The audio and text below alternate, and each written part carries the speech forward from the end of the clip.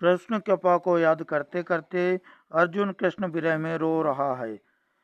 धर्मराज से अर्जुन कह रहे हैं कि द्रुपद राजा की राजसभा में मैंने जो मत्स्य वेद किया था वह भगवान की शक्ति के बल पर ही किया था।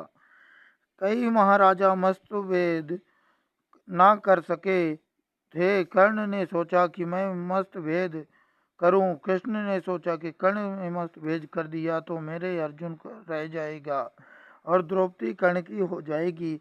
ऐसा सोचकर ही श्री कृष्ण ने सभा में कर्ण का अपमान करवाया। कृष्ण ने एक दासी को द्रौपदी के पास भेजा। द्रौपदी ने हीन जाति के कारण से विवाह करने से इनकार कर दिया।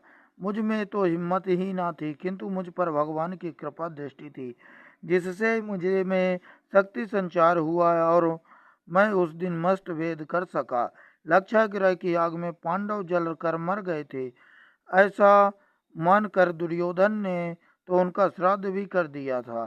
संसार में मन रूपी मत्स्य घूमता फिरता है, मैं उसको विवेक रूपी बाण से मारो। जिसे द्रौपदी मिलती है उसका सारथी भगवान को होना पड़ता है। द्रौपदी कृष्ण भक्ति का ही नाम है। मन को जब तक न मारोगे कृष्ण भक्ति प्राप्त नहीं होगी। मन को जो प्रिय है वह मत करो। मन की इच्छा के बस में नहीं होंगे तो धीरे धीरे वह अंकुश में आता जाएगा। आज तक मौज शौक में आनंद प्रमोद में भोग में पाप में कितना खर्च कर दिया, उसका जीव कोई हिसाब ही नहीं रखता।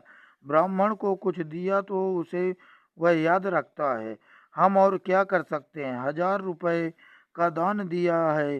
अंत काल में जीव चिंता करता है कि मेरी बेटी का क्या होगा, मेरे भांजे का क्या होगा, किंतु तू ये सोच कि तेरा क्या होगा। जिस पर भगवान की कृपा दृष्टि होती है वही इस मन मत्स्य को मार सकता है। भगवान की कृपा दृष्टि जब तक ना हो तब तक मन नहीं मरता। प्रभु की कृपा दृष्टि होगी तो मन मत्स्य मरेगा। मन मरेगा तो भक्ति रूप द्रौपदी प्राप्त होगी। परमात्मा की कृपा दृष्टि होने पर ही जीव मन को वश में कर सकता है। प्रभु की प्रार्थना न करने से मन मनुष्य को अधोगति गर्त में फेंक देता है। अर्जुन को कृष्ण के कई उपकार याद आ रहे हैं। उन्होंने मुझे गीता का उपदेश दिया था। बड़े भैया, एक बार भगवान ने मुझसे कहा था कि कुछ मांगो। बड़े बड़े ऋषि और महात्मा जन्म मरण के फेरों से मुक्ति पाने की इच्छा से जिनका ध्यान करते हैं उनसे मैंने मांगा कि युद्ध में मुझे जीत मिले। अफसोस मुझे मांगना ही नहीं आया।